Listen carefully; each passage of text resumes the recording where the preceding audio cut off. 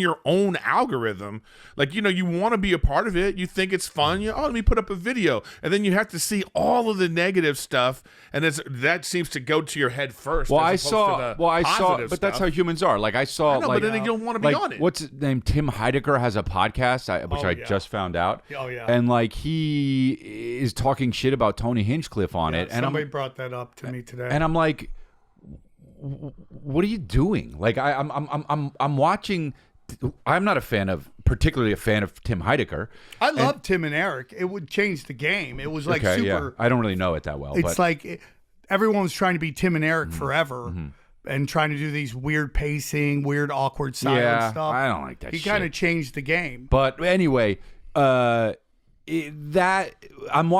see a thing and it's like Tony Hinchcliffe is bad, whatever it was, negative on Tony Hinchcliffe. And I'm like, Tim Heidecker. And I go, why is he doing that? It piqued my curiosity, and then if I see Nate Bargatze, a clip of Nate Bargatze, and the thing is a funny story about my friend, I don't give a fuck about that. Yeah. But I love Nate Bargatze. So it's the shit where, and then I watch a little bit that what he's talking about Tony Hinchcliffe, and I go, I'm not watching this shit. He's just shitting on him. Fuck this. This is stupid. Yeah. But that's the shit that fucking goes. Yeah. And I'm like, I can't believe Tim Heidecker is doing this. Yeah. Like, bro, you are an old school success. Yeah. Why are you talking shit about some comic? Well, because it's all about, it's like when all these comics who are progressives, when they got a new special coming out, they go after Joe Rogan.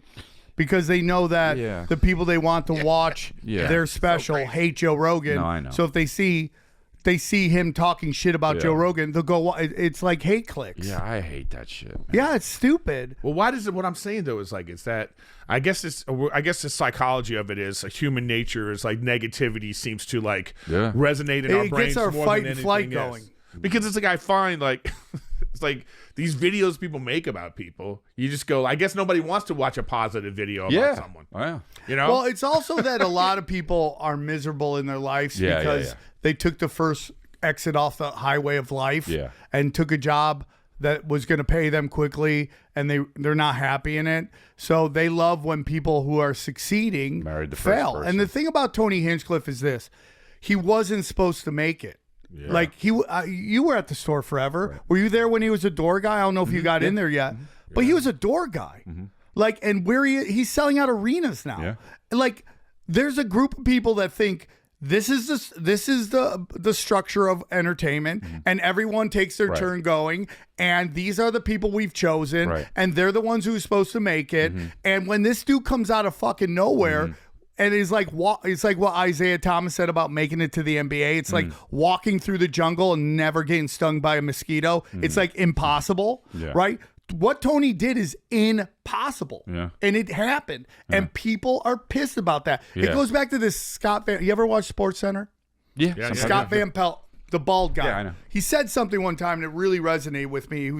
He goes, I've noticed that when the experts pick a talent coming up, a can't miss talent, that they only celebrate their wins and never pay attention to whatever they do wrong. But when a talent comes out of nowhere, they're hypercritical to them and never really pay attention to the things they do well.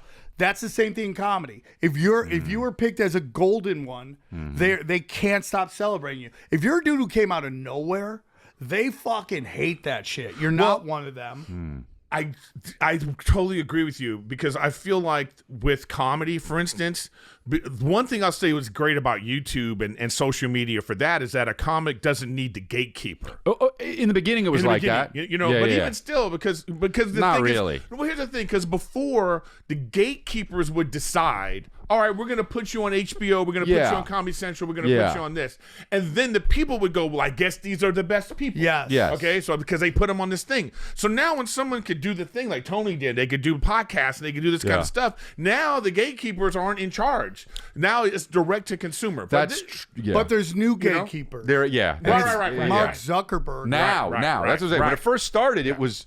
when Vine was out, and I was on Vine, I'm like, I'll just go viral, and that's how I built my fan base. But you can't do that now unless they won't allow it. Yeah, no, yeah, They won't allow it because it doesn't benefit them. There was that one guy, the guy with his name's not Country Mama, but Country something. Darren. He got in a fight at JFL.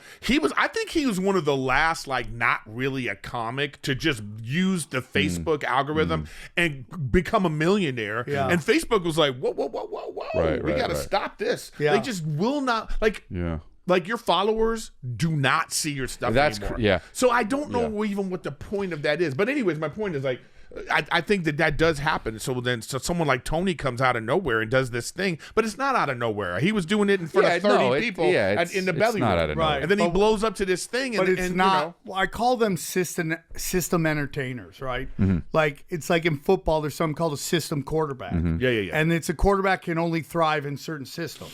So you have these guys that have been pushed forward by the industry. Mm-hmm. And when the industry kind of abandons them, you see them flopping around trying to make stuff happen. Mm-hmm. Like, they'll start podcasts and end it immediately because they're not getting any views because they don't want you to see behind the curtain, right? Right. So then there's people like us on the outside. Like, I bombed at So Brendan Schaub quit the Golden Hour podcast, and they had on Sam Tripoli. So now it's just Dalia, Mr. Potato Head, and Sam Tripoli.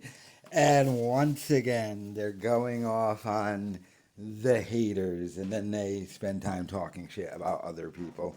So amazing to me. But what are they mad at Tim Heidecker for going after Tony Hinchcliffe's god-awful comedy special?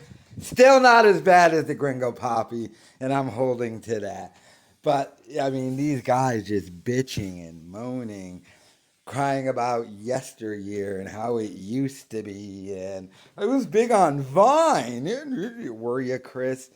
Yeah, before, you started going into your failings there. But, I mean, to have Tripoli there talking about, oh, man, people are just making hate content. Hasn't this man called people like literal reptiles? And Sam Tripoli, his whole thing is he's a conspiracy grifter. He talks about conspiracies and promotes conspiracies he himself doesn't even believe in. But he just found a way to grift old women out of some money. Remember, Sam Tripoli, who's still hunting Red Bar, hooked up with some literal elderly woman and just lives in her house because he can't really sell tickets doing stand-up and stuff. So and what he does is just babbles about the most insane conspiracies he himself doesn't really believe in. But he noticed a bunch of whack jobs watch that stuff and give him money. And I'm not even talking about like regular conspiracies. Like, he's on some chicken snake god type stuff. Like, he's that in depth into it. And like what's he called? The round ball theory or something. Like, he'll promote flat earth stuff and be like, I don't even really believe in it. It's so pathetic and sad. But these guys crying about people hating on the Rogansphere. Ugh, just be better. It's enough of all these guys who are just rich kids who decided to stop being funny and just doing the most obvious stuff ever. It's so pathetic. It's so sad. And Bappa quit this podcast so he can sit in a storage unit and sweat to death as the AC blast over everything. But let me know your thoughts in the comments.